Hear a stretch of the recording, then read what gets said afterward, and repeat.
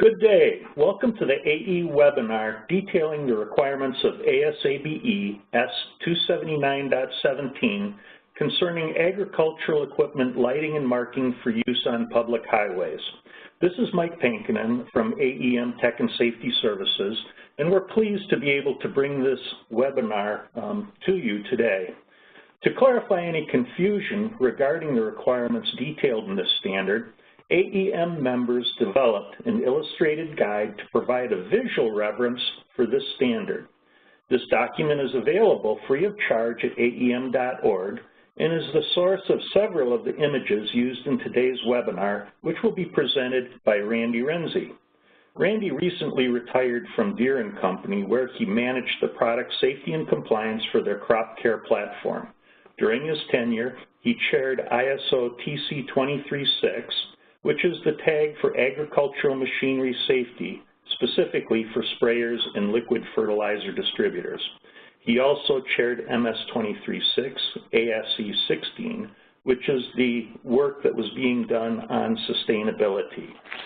Randy also was the chair of AEM's Crop Production Equipment Technical Council, or CPETIC. Randy remains active in ASABE and also the World Food Prize Hall of Laureates. He does this while running his own consulting business, RJ Renzi Product Services, LLC. This webinar was developed to build a detailed understanding of the lighting and marking requirements of agricultural equipment while being operated on roadways throughout the United States, and is an excellent resource for agricultural equipment owners and operators, ag equipment manufacturers, ag equipment dealers, agricultural supply co-ops, retailers, and also law enforcement agencies. Today, all lines have been muted, and we ask that you submit any questions to AEM staff through the chat function for response at the end of this webinar. And now to begin the webinar, Randy, it's all yours. Hello. We're here today to talk through the AEM webinar, ANSI ASAE S279, Lighting and Marking of Agricultural Equipment on Highways, a Requirements Review. And so what we're here to talk about then is we will review changes in status of S279, Lighting and Marking of Equipment on Highways, from a voluntary standard to a regulatory requirement.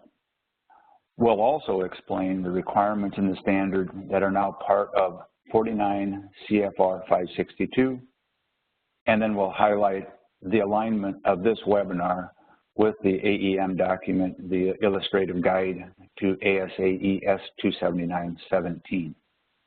So we'll move forward here and we'll look through what sections we have today in this webinar. The first part of it, we're going to talk through who we have for users, the regulatory requirements that are new to the industry here, the AEM tools that we're going to be using, and then we're going to review the approach that we're going to take for the next few minutes in bringing clarification to the use of this standard within a regulatory requirement environment. And so that's going to be the first part of it. The second part of the presentation are going to be the components and component requirements review, and then we're going to talk about the detailed requirements. We'll start with marking, and then we'll move on to lighting.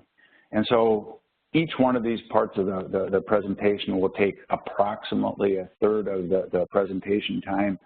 We'll get into a lot of detail up front in that first section that lays the foundation of the groundwork.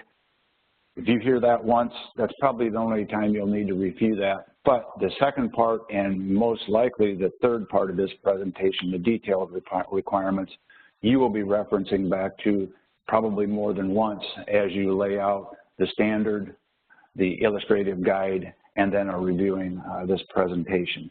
So all of this information is linked, as you can tell here, that you can quickly go to those parts of the presentation on your own when you get the PDF document in the future. So who's going to use this standard? Well, it's going to be people like the farmers, the retailers, and the distributors that put the product on the market and then have to use it and are going to be very cognizant of the fact that they now have lighting and marking requirements that they must meet regardless of what state they're operating in and what region. We have educators, trainers, and professionals that will be instructing the total industry on how to implement this standard now that it has this new status within the industry. We have the compliance officers, law enforcement, and transportation officials that when this standard is reviewed as part of the regulatory requirement every 5 years, they need to know the standard, but more importantly, they need to understand it from the compliance and enforcement standpoint across the country. And then obviously we have the standard developers, the designers, manufacturers, suppliers that have always used this type of information and will continue to use it and bring it forward with new equipment that's put onto the market. So what is our desired outcome? Well, we want you to understand this from your intended use standpoint. Importantly, what we want you to understand is how it will alert vehicle drivers as they go down the road and an implement or an implement train comes into vision. When it comes into vision, you need to know how wide it is. You need to know how long it is. You need to know what velocity or change in velocity is happening, such as if they're braking the machine to turn or come to a stop. You need to understand the direction that it's going, or is it actually changing direction, and you need to understand the position that it's on the roadway in, and is it changing position on the roadway, such as moving into a field or moving across an intersection. And we need to understand that this now is being put in place consistently across the nation.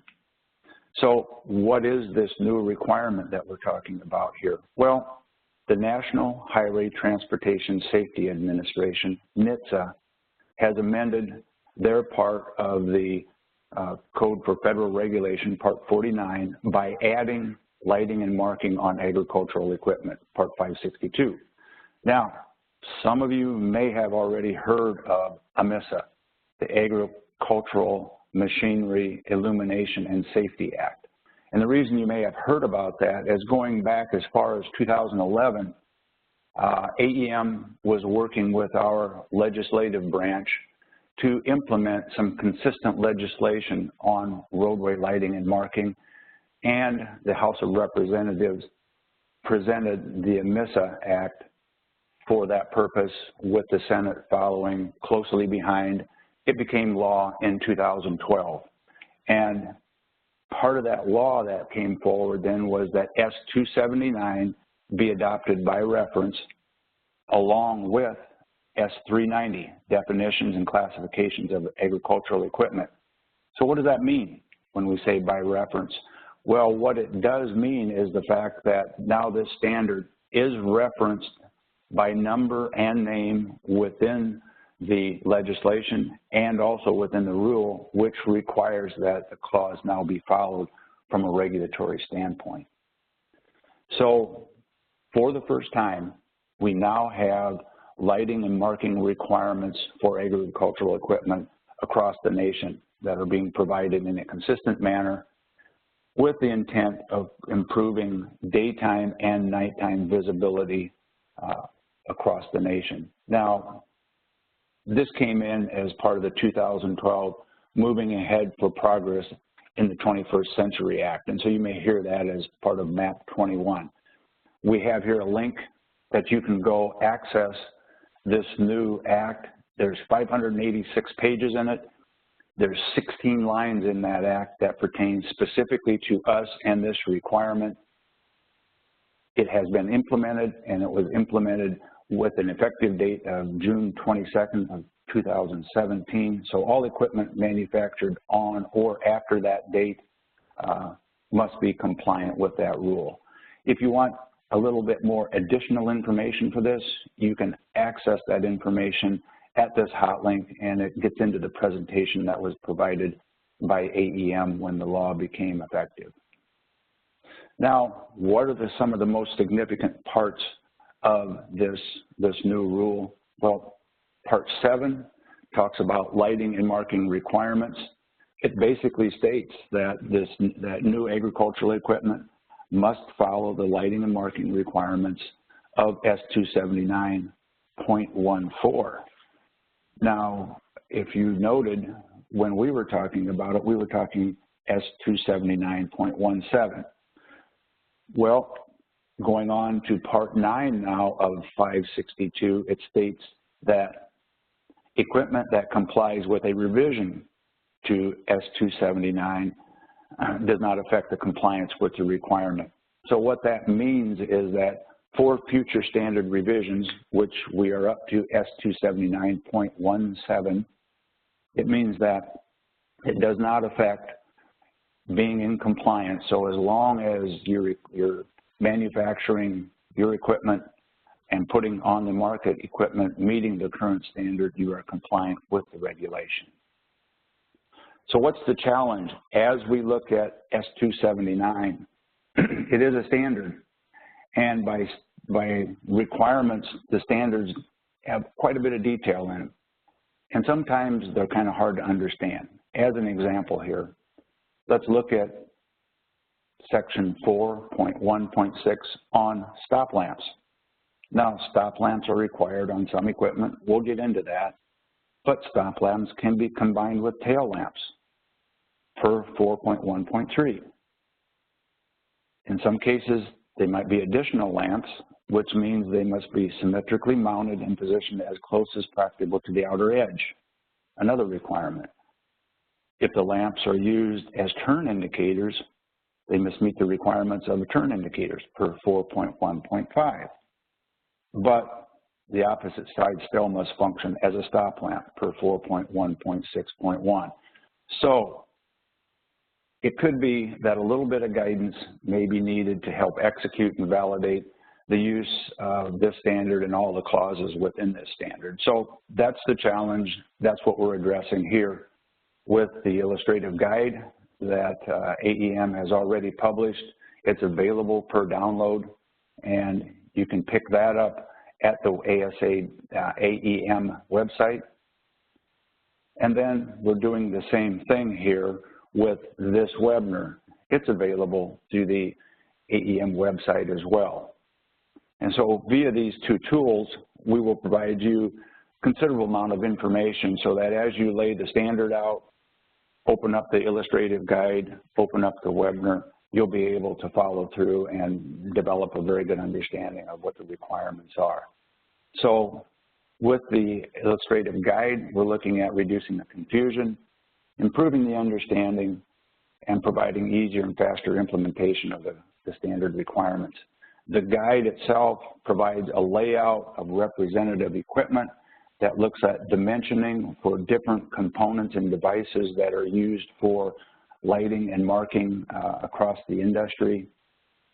It also then provides reference notes and for special cases for that equipment, and we do it not only for self-propelled products, we also do it for implements, towed, carried, and the like.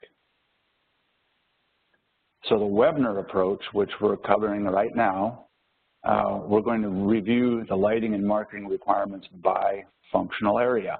And so as we look at this, we're going to see that we have retroreflective marking, lighting, warning light requirements, we have indicator light requirements, and extremity markings as well.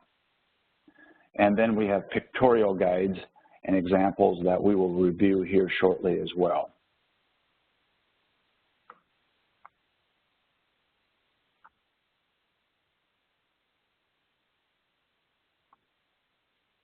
So those pictorial guides, as we look at them, when we get back in the detailed part of the standard, we'll see at least an example like this one where we're reviewing flashing warning lights and lamps.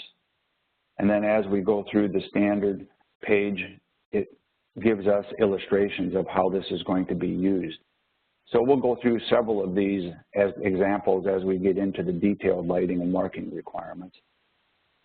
Then we go through the next section, we'll look at cross-referencing guide documents. And so in this one, we're looking at non-red retroreflective, red-orange fluorescent material. And we have in this area the reference to the clauses in the standard. So for those people that need a detailed understanding, they will be able to look at these pages and cross-reference back to the standard pages themselves. And then the last area we have here is we're looking at industry-generated pictures and graphics to help support and interpret some of the information that's on these pages. And so we're going to take a moment here and just go through some of the industry pictures that are provided. And so here we have the tractors and self-propelled equipment, front view. Here we have rear view, and you can see the red retroreflective material, the red-orange fluorescent material, warning lights, and how they're placed on the various pieces of equipment. Here's the rear view on some self-propelled equipment, SMVs, red retroreflective, red-orange fluorescent material. Here's front-mounted equipment as it's going down highways, and you can see the flashing warning lights, you can see the headlights, etc. And here's a front-mounted piece of equipment, but looking at it from the rear, and you can see again the conspicuity material, the warning lamps. Here it's vertical, and here it's horizontal. And so there's many different ways that equipment is managed in this respect. Here is drawn equipment, looking at it from the front as people might see it coming down the road. Here is rear, and you can tell in these that the towing vehicle is completely obstructed. In this one, you had red retroreflective material that is vertically mounted with the lighting up in this region. On this machine here in the center, it's horizontally mounted, SMV here.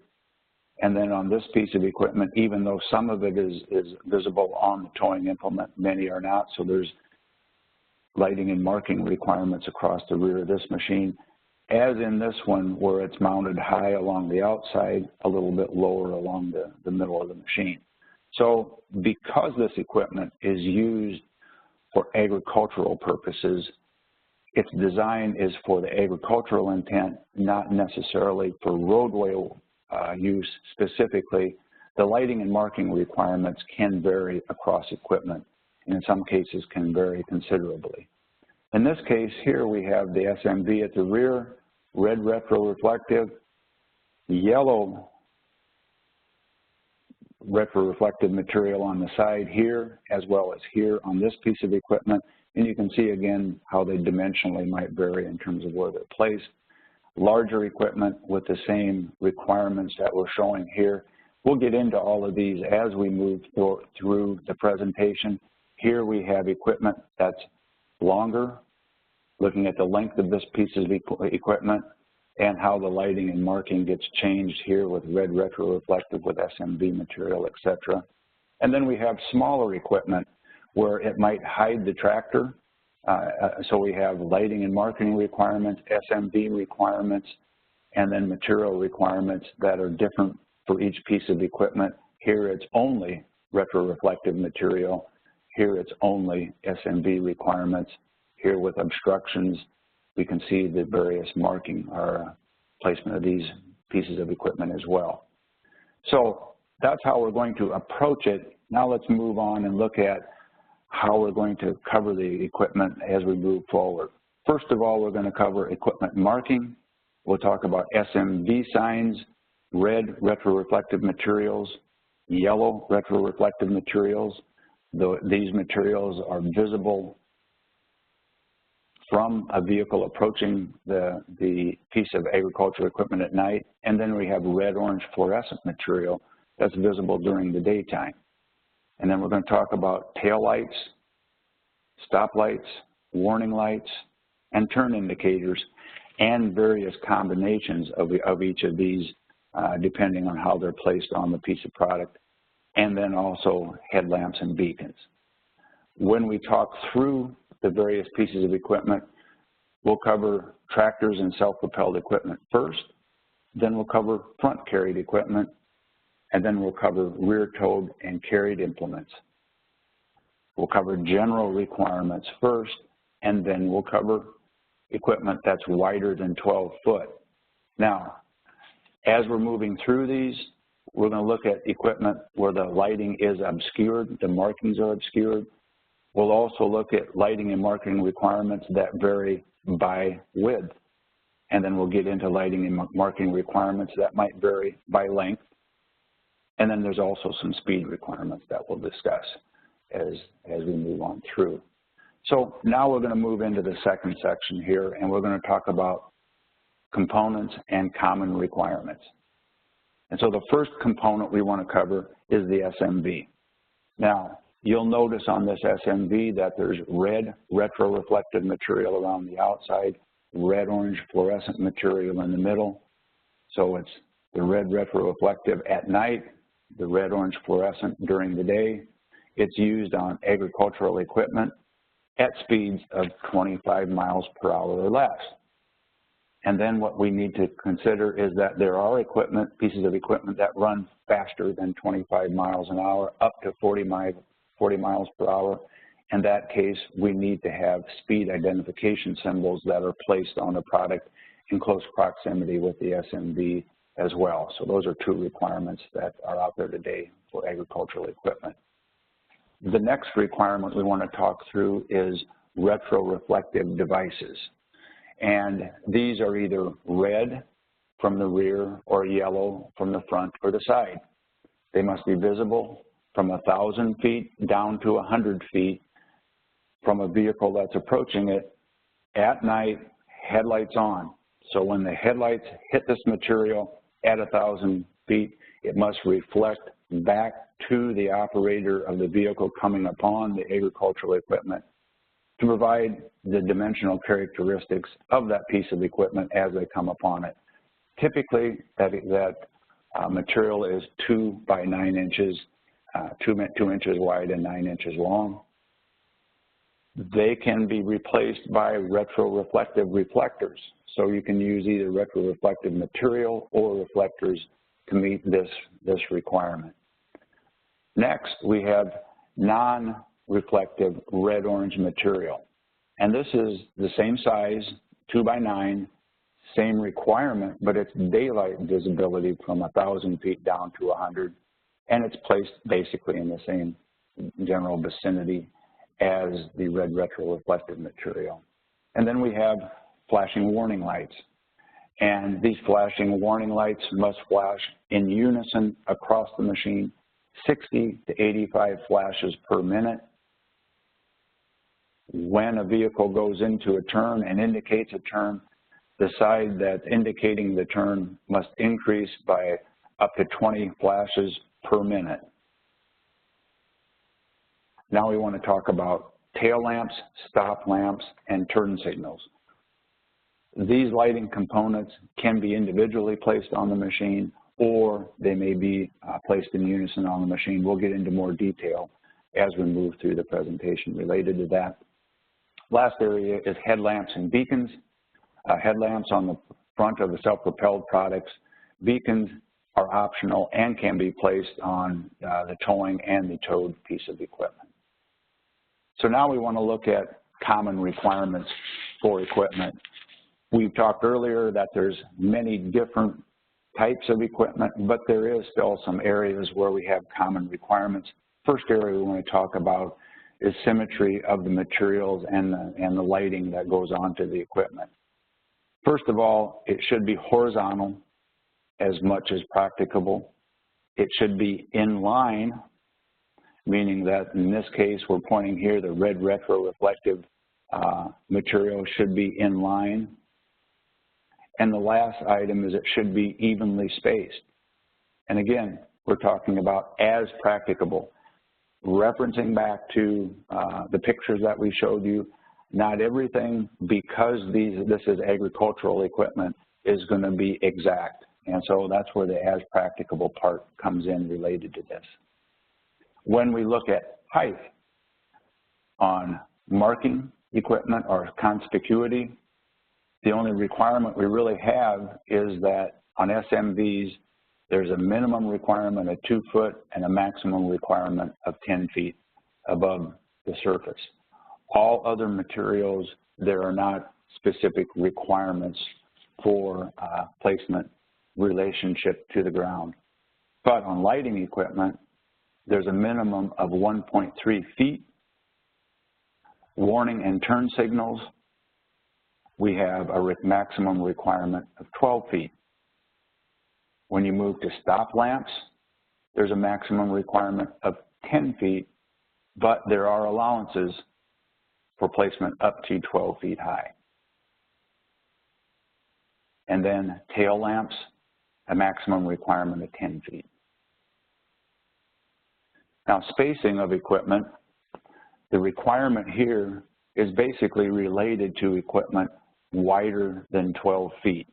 And so we're talking about the spacing from one piece of retroreflective material to the next piece of retroreflective material or red-orange fluorescent material. And it's for equipment that's 12 feet wide or equipment that's 6 feet on either the right side or the left side of center. And so the red-orange fluorescent material here, it's for red-orange or red reflective material, it's six feet or less. And then from the red-orange fluorescent, it's 6 feet or less for each piece.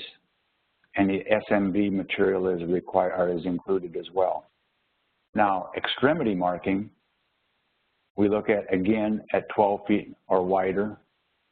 For retroreflective material, warning material or warning lights, and turning indicators, the requirement is 16 inches from the outer edge. So this is visibility requirements at night. When you look at fluorescent material, 25 inches or less, the requirement is for daytime visibility, so it's a little bit further from the edge of the machine. For equipment that is less than 12 feet wide, the requirement is as widely spaced as practicable. So those are the common requirements.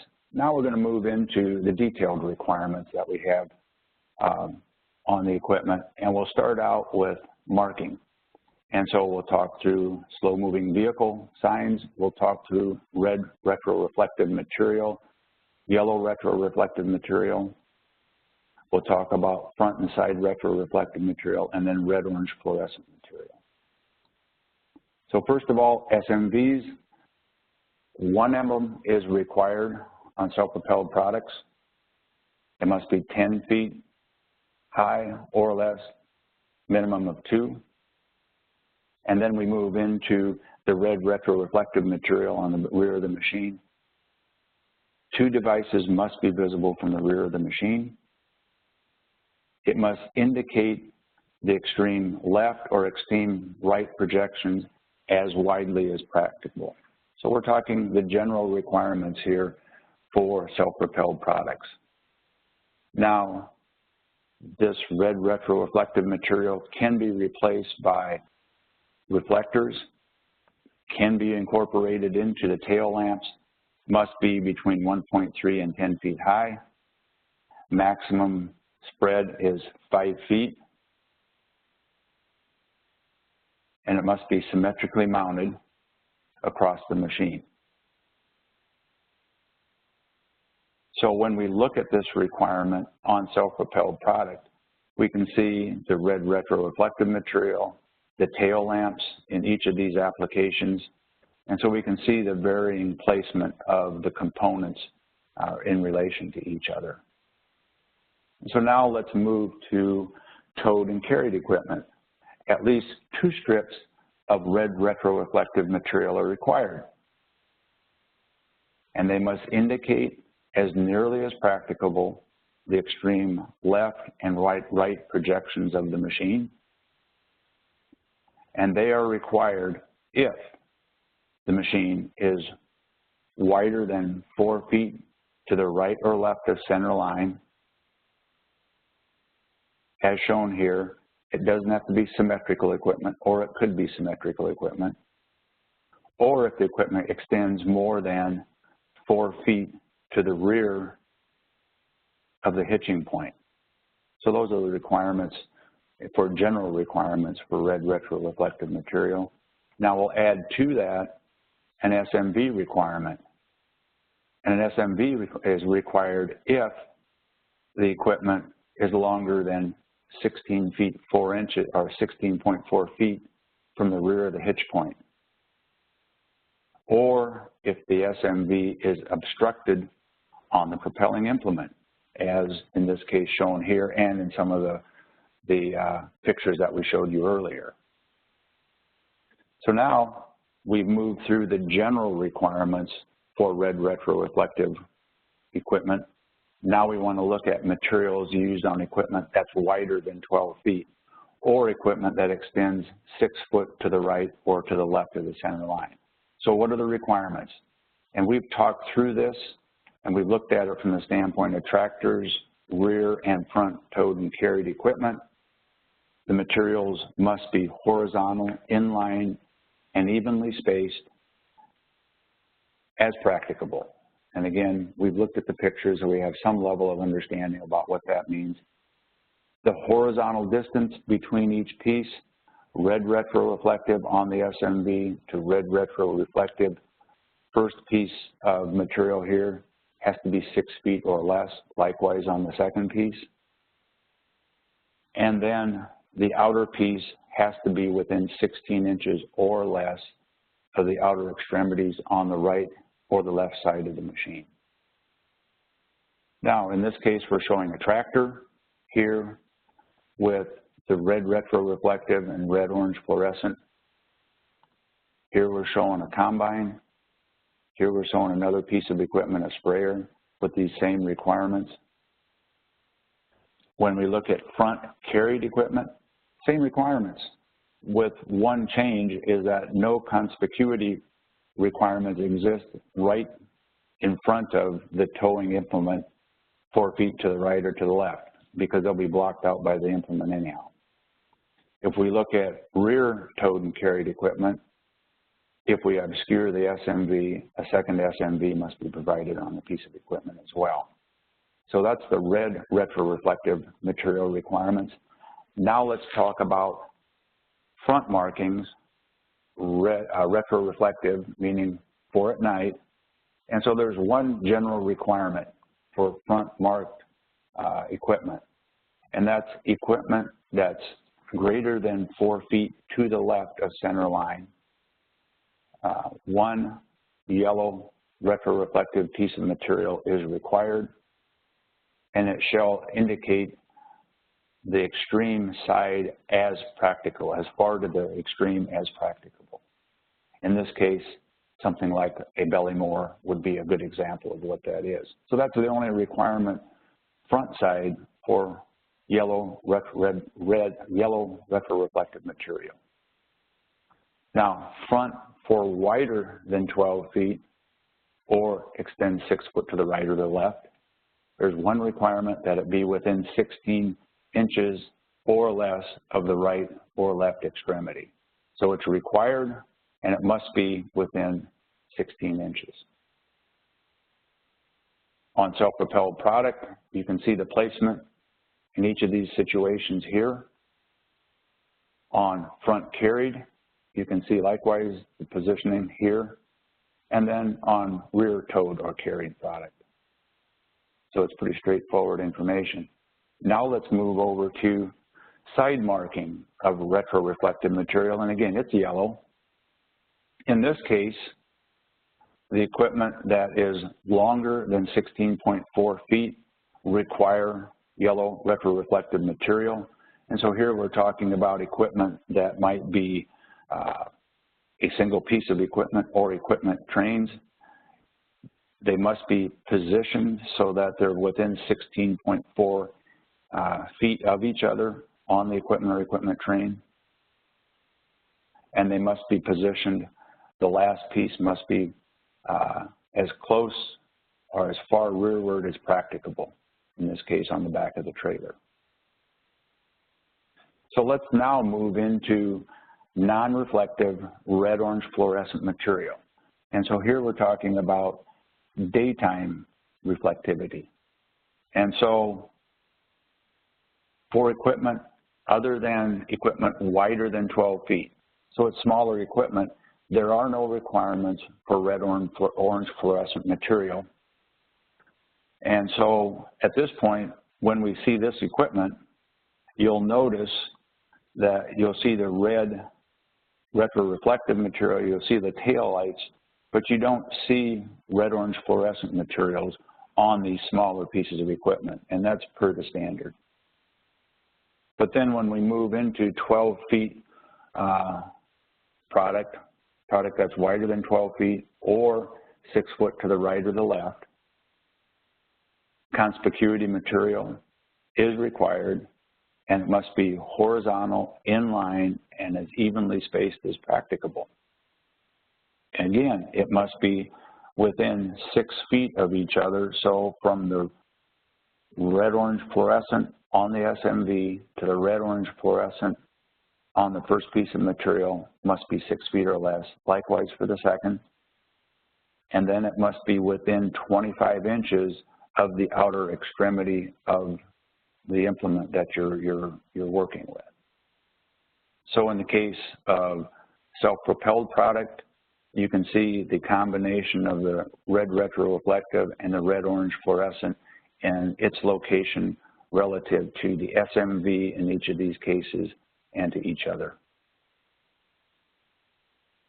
On implements, much the same as what we talked about with the red retroreflective, conspicuity requirement with it right behind or right in front of the implement is the same.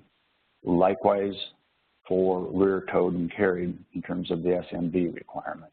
So that's our retroreflective requirement. That's in total our marking requirements. So now let's move forward and look at the detailed requirements for lighting. And so we're changing gears here a little bit. And so the requirement related to lighting is we're going to talk through tail lamps, stop lamps, flashing warning lamps, and turn indicators, and varying combination of these, because tail lamps and stop lamps can be combined, stop lamps and turn indicators can be combined as well. So we'll get into some more detail on those as we move forward. First of all, relating to the tail lamps, 2 are required. They must be, again, symmetrically mounted, as wide as practicable across the machine, must be between 1.3 and 10 feet high. Now, on tractors and self-propelled product, they cannot be any greater than 5 feet to the right or to the left. On self-propelled product, they must be between 2 feet, 5 feet to the right or left of center. They're required if the tail lamps are obstructed on the piece of equipment that's towing or propelling it. They're required if they're on equipment that's wider than 12 feet or greater than 6 foot to the right or to the left. And they're also required on equipment that extends more than 25 feet to the rear of the hitch point. Now, if we're looking at on the rear, here we got one additional requirement or availability of meeting a requirement. On equipment where the lighting is not obstructed on the towing piece of equipment, the lights can be wider than 5 feet. So that availability is out there as well.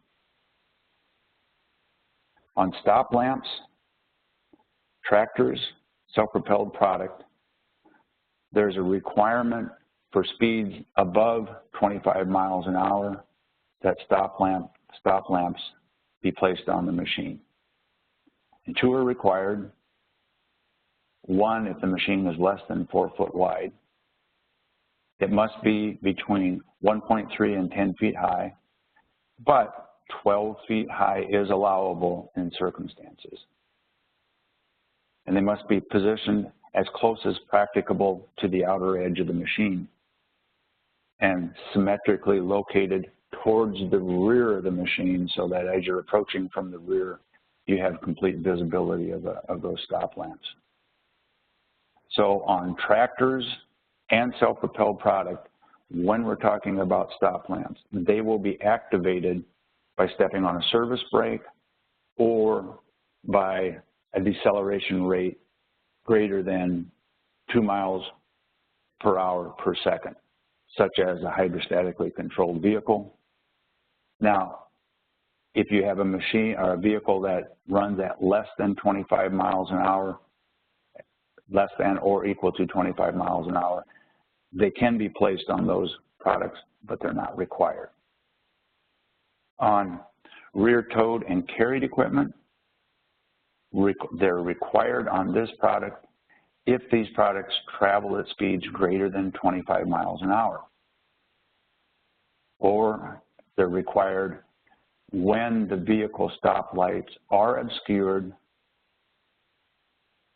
and the towed or semi-mounted piece of equipment is designed to operate at speeds greater than 25 miles per hour as well, or on any carried or towed equipment. And they're also required on equipment that is wider than 12 feet or 6 foot to the right or 6 foot to the left. And they must be beyond the extremities of the propelling piece of equipment. And then they're required as well on equipment that's longer than 25 feet. They're activated through the service brake or another primary control used to slow the machine, as an example, the hydrostatic control. And they're optional on 25 miles per hour or less machines if they want to be placed on them. Stop lamps may be combined with tail lamps. So in this scenario, when you combine them, the tail lamp function takes priority. And so we've been through the tail lamp section. It's 4.1.3, and so that requirement still exists. Now, a special note here is that when we get back to talking about turn indicators, as we'll do here shortly, there are additional requirements related to that stop lamp that's used in combination, as we're showing it here. And so here's pictures of self-propelled product and also towed product in terms of where these lights are mounted. And you can tell it's the same requirements that what we've talked about earlier and what we showed in the pictures that we've displayed so far. Now we're going to shift gears again, and we're going to talk about flashing warning lamps. And so with flashing warning lamps, the general requirement again is at least 2 amber lamps are required. They must flash in unison at 60 to 80 flashes per minute. They must be symmetrically mounted, widely spaced laterally as practicable. On tractors and self-propelled product, you can see here how what they look like. 1.3 to 12 feet high. On towed and carried, required if lights are obstructed, and they must be between 1.3 and 10 foot high, but 12 feet is allowed. When we look at flashing warning lamps on equipment wider than 12 feet, whether it's self-propelled, carried, or towed, basically it's the same requirements. They must flash in unison, but they also must be within 16 inches or less of the extremity of the machine, the same as the red retroreflective requirements that we mentioned earlier. When we look at equipment that extends to the right or to the left, 1 lamp is required. It must be mounted within 16 inches of the extremity of the machine. And the only time it's required is if there is an obstruction or if the equipment extends 6 foot to the right or to the left and beyond the extremity of the propelling machine.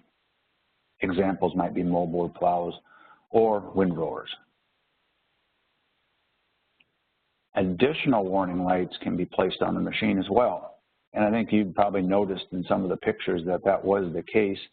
That second set then must flash in unison with the first set. And it's the same for tractors and self-propelled product and front carried and rear towed equipment. So we're looking at the front here.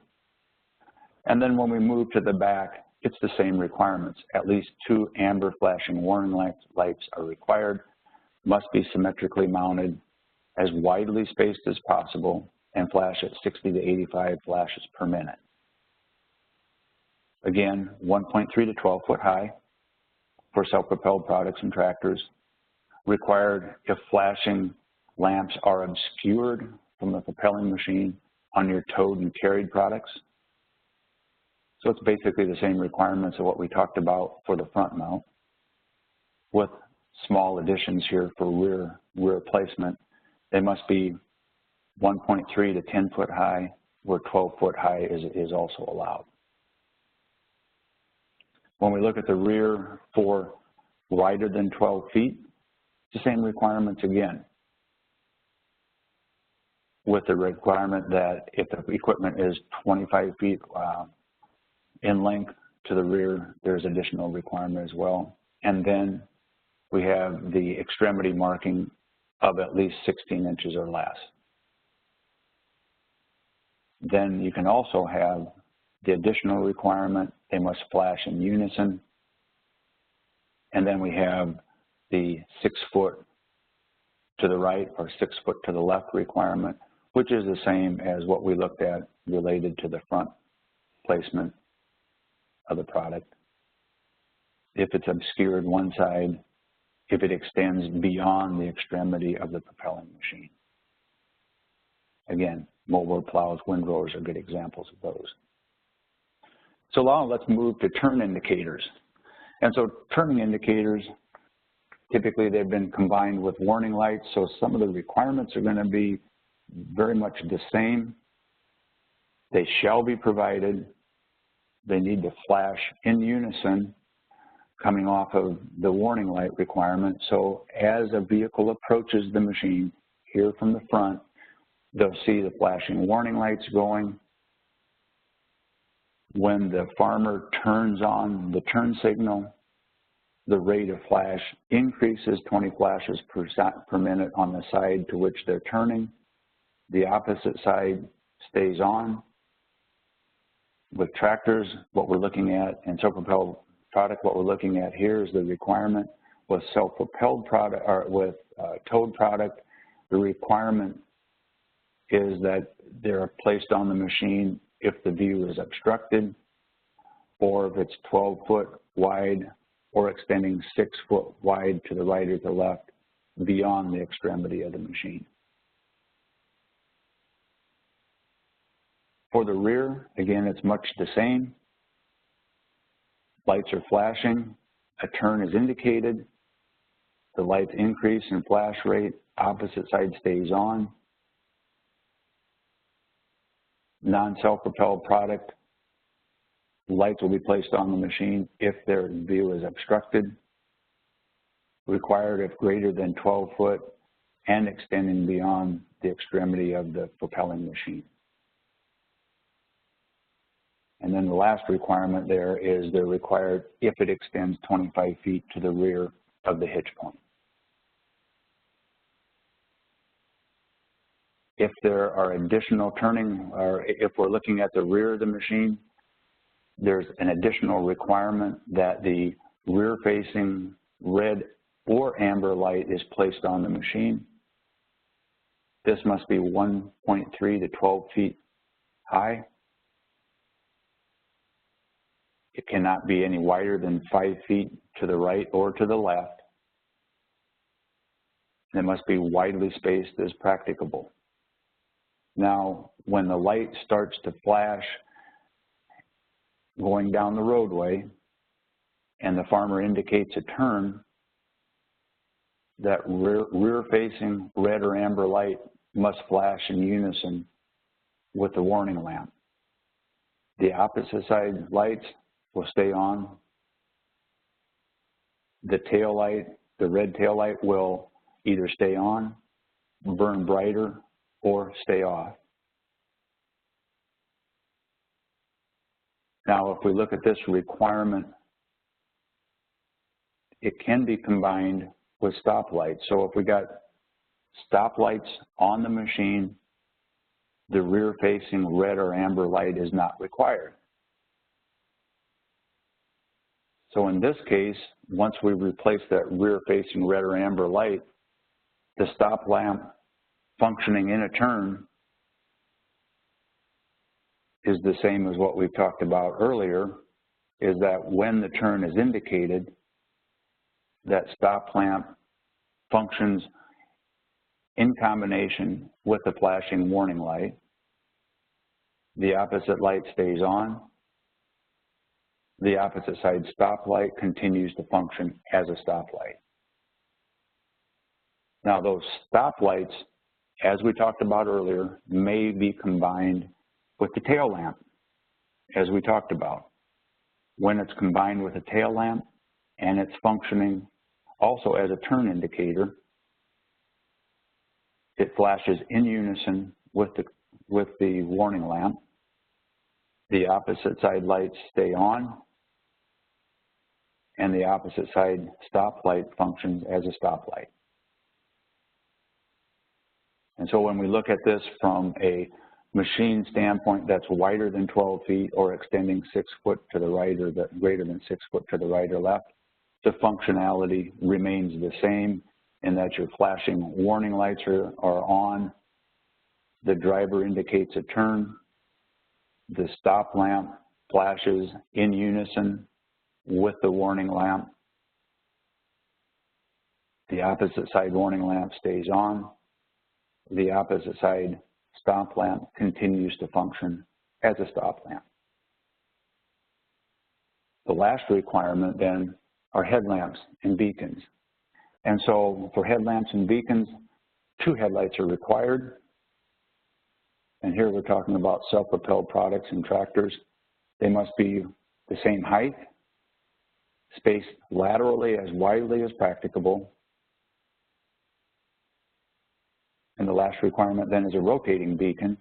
And that beacon may be installed, it doesn't have to be installed, but if it is placed on the machine, it must be viewable from 164 feet away from the periphery of the machine. So those are the requirements that we talk about.